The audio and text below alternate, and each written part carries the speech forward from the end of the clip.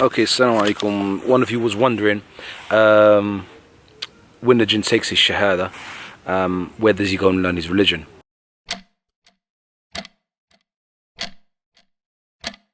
Well, the answer to that question is that they can go and visit other Muslims in Muslim countries, they can go to mosques, and basically that's where they can go and learn their religion. I hope that answered your question.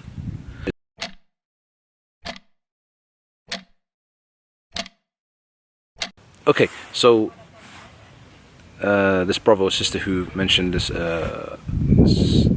issue, that the sister in question who claims to see the jinn, well, she didn't see actually the jinn in their form. What she saw is most probably a jinn taking a form of whatever it took of. So it could took of a form of a man, a girl, a robot. Many people claim they see jinns, but they don't actually see jinns in their true form. What they see is jinns that basically taking a form of something, and that's what they say. But they just got a feeling it's a jinn. I hope that's answered your question. Barakallahu feek. And if they are mentally ill, if you were to claim that these people who are mentally ill, who say they've seen a jinn, or they've been attacked by a jinn, or they've been possessed, then you have to prove they're mentally ill. You have to be a psychiatrist and so on. So you can't just watch somebody on a screen and say they are mentally ill, because I would like to note, as we were speaking about mental illness, that jinns can cause mental illness, all types of different illnesses they can cause, and same with the evil eye, i.e. ayn, and same with sihr. It can cause mental illness, it can cause physical illness like arthritis, pain in certain parts of the body, and so on. Same with sihr, to the extent where it can kill. Okay, let's move on to the next question.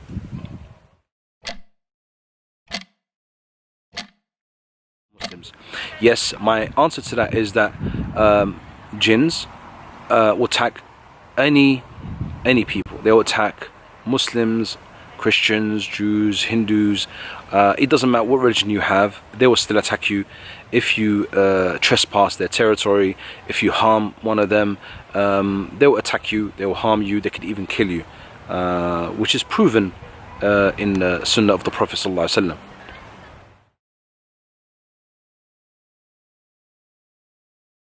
Okay, I don't want to mention them because it will be like boasting, and so I'd rather not do so, but we face challenges like everyone else does in life.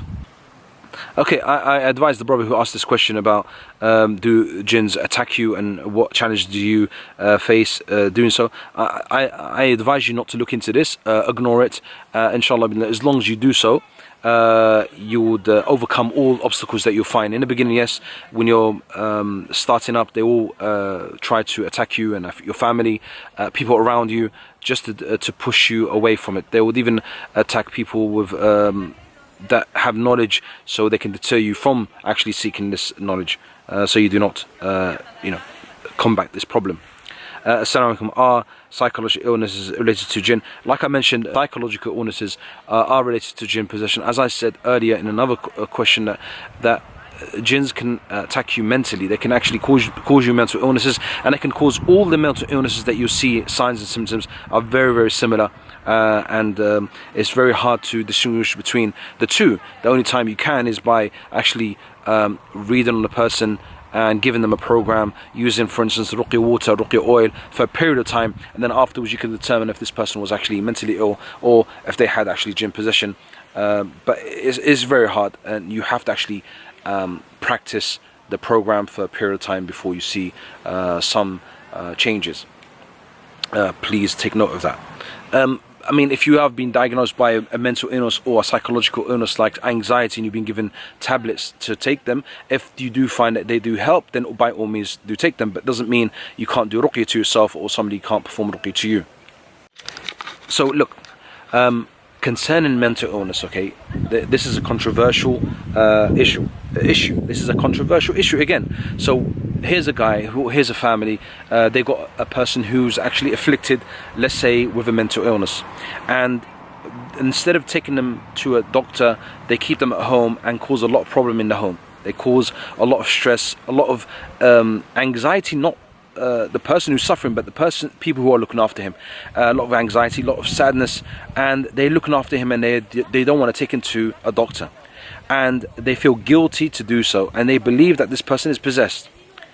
So what do you do in this circumstance? And I have many people that come to me with this particular issue.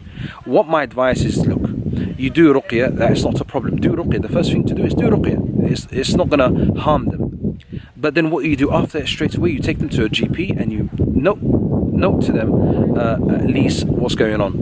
And because afterwards, if they are mentally ill, you are not going to be able to cope with what your family member is going to display to you. You won't be able to cope with it. So that's why people who work in the mental health, they are trained to deal with these issues. So my advice is, go to your doctor and explain to them what is actually going on. If in the other case, if a family now has got a person who lives with them and they actually have jinn possession, and then they end up taking them to a mental hospital, which is unlikely. In some cases it can be, but unlikely. When the doctors meet somebody who's got jinn possession, they straight away, they say that this person is not mentally ill, this person is either lying to us or he's faking it. And in some cases, or in a lot of cases that I hear about, that the person will be ill, and as soon as they go to the hospital, their illness just disappears, like who's almost lying. It could be a physical illness, like I said, or it could be even a mental illness. If in some case a person does get admitted to hospital for one reason or another, then it's up to the family to stick with the person and actually keep doing ruqya to them, even though they're in a mental hospital. Okay, you can give them ruqya water, you can read on them daily by visiting them, and so on. There's no harm. There's no harm in doing so. Taking the pills or tablets, as long as they don't have serious side effects, then who's to say you can't take them? Your doctors will know better, and Allah knows best.